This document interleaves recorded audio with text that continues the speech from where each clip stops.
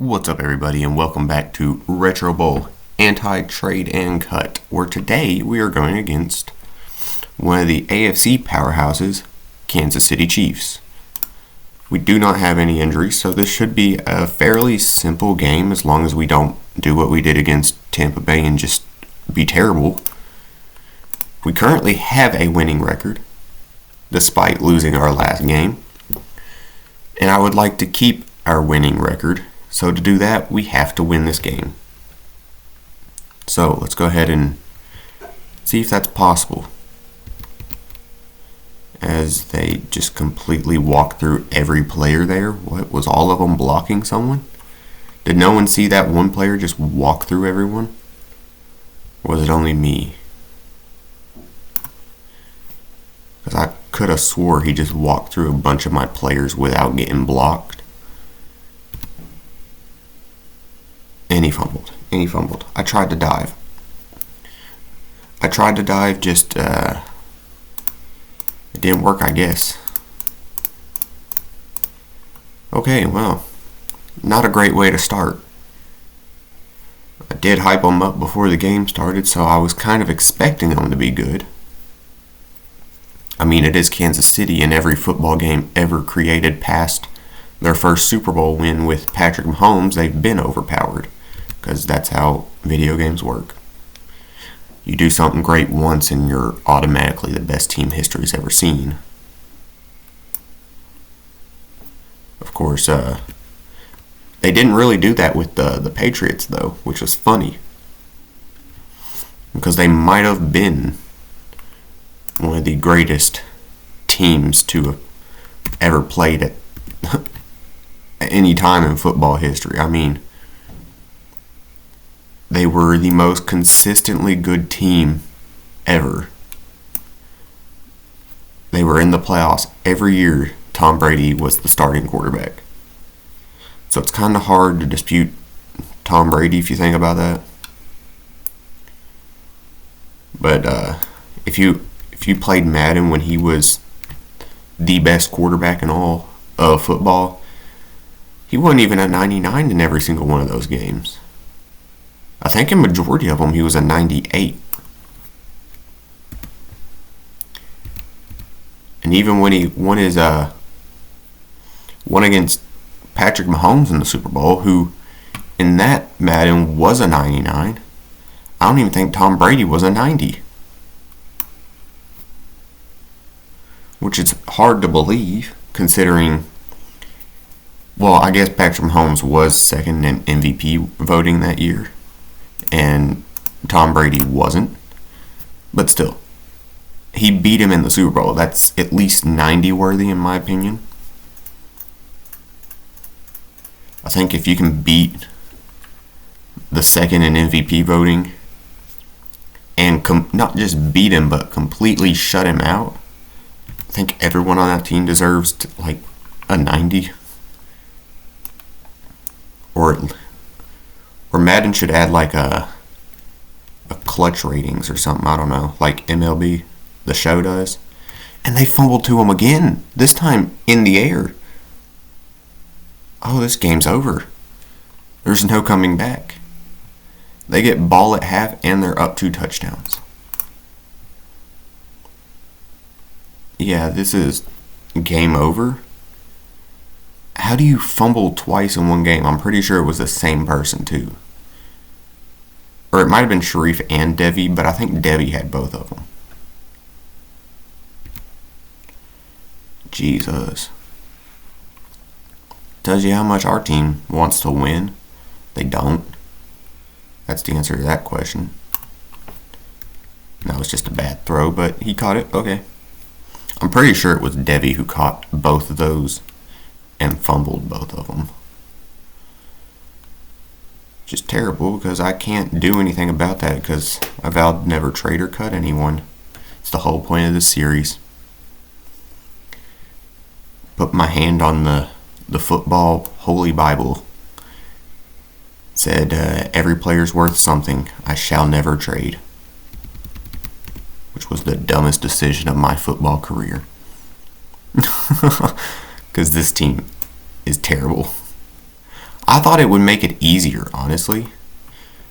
It wasn't even my idea because I thought it would make it easier. It was someone commented it, or I saw it somewhere on someone else's video that commented, because how else am I supposed to know what's clicking on YouTube if I'm not watching other people's videos that are already clicking, you know?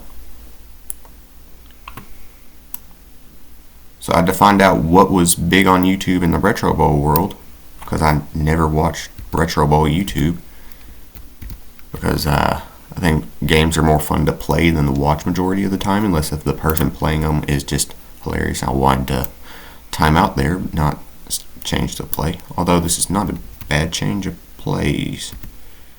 Get the first, call timeout. No, but I saw it somewhere commented on a video that they should do something like that. I don't know. I saw it somewhere. And I thought, well, someone wants to see it, so why not? I thought it'd be easier, that's why I took it on. It is the worst idea I have ever had. I should have just left that comment be and been like, it's going to be too easy. Stuck with my original thought and been like, no. No, I'm joking. It's honestly kind of interesting how it works out, because you got to work around what you already have.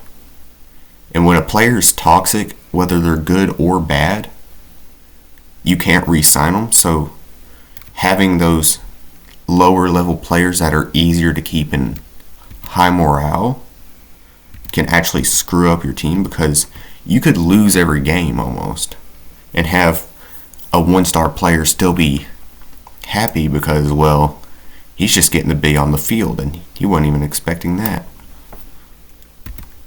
And then you have your 5-star tight end leave you because you're not winning games. So then you're stuck with the worst player because he's happy for less. And while the good player that would actually make the team better ends up leaving because he can't do anything with what you already have. And I can't trade those players to try and get better players. So it's very interesting, because it almost forces you to have a worse team without forcing you to have a worse team, if that makes sense. It puts you in positions to have a worse team. But it's completely up to winning or losing games if you have a bad team. And also you can use coaching credits to keep people. So I'd say the only upside is the fact that you don't have to use as much money, because if you get someone for cheap when they're old, and if they're terrible, then you can just sit them on the bench and they'll keep pretty much the same rating because it doesn't change majority of the time, that is. And then you just pretty much get a free retirement. But I don't see why you would bench anyone if you're not planning on trading them. That's just my way of looking at it. So very difficult. And the thing is, I can trade people in. I allowed myself that. I'm going to allow people in, I just can't kick them out. So if I take someone in and they're just absolutely terrible, I can't do anything about that. So where normally I would just have them the rest of the year and then trade them when the draft came around, because then it's just a free pick. I traded someone who was terrible and traded them up for a pick. Because most of the time when you trade someone in, you trade for the pick they're actually worth, but when you trade out, you trade for the pick above what they're worth. And so you get profit pretty much. That's how I think about it. It's profit. You're profiting off of a player. You're trading a terrible player in for a rookie who can be better. While it's still a risk, it's a risk with very little risk to it, if that makes sense. It's like, well, this player was already bad, so why would I keep him? If I can just go to the draft and get someone who's the same overall with better potential, or get someone who's a better overall, And if they do just as bad, well, I can do the same thing next year with no problem, because that's how it works. And I threw that late.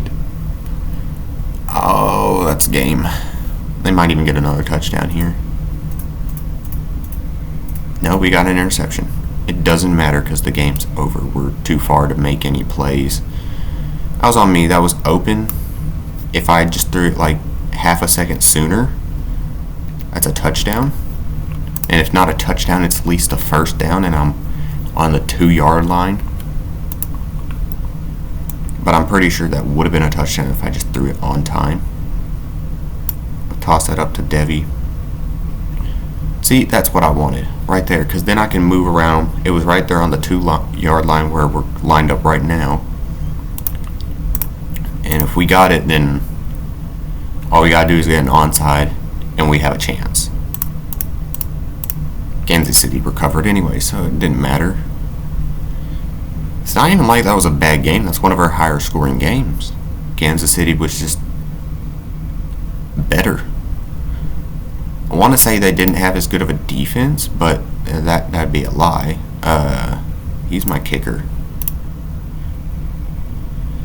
Let's see, right here.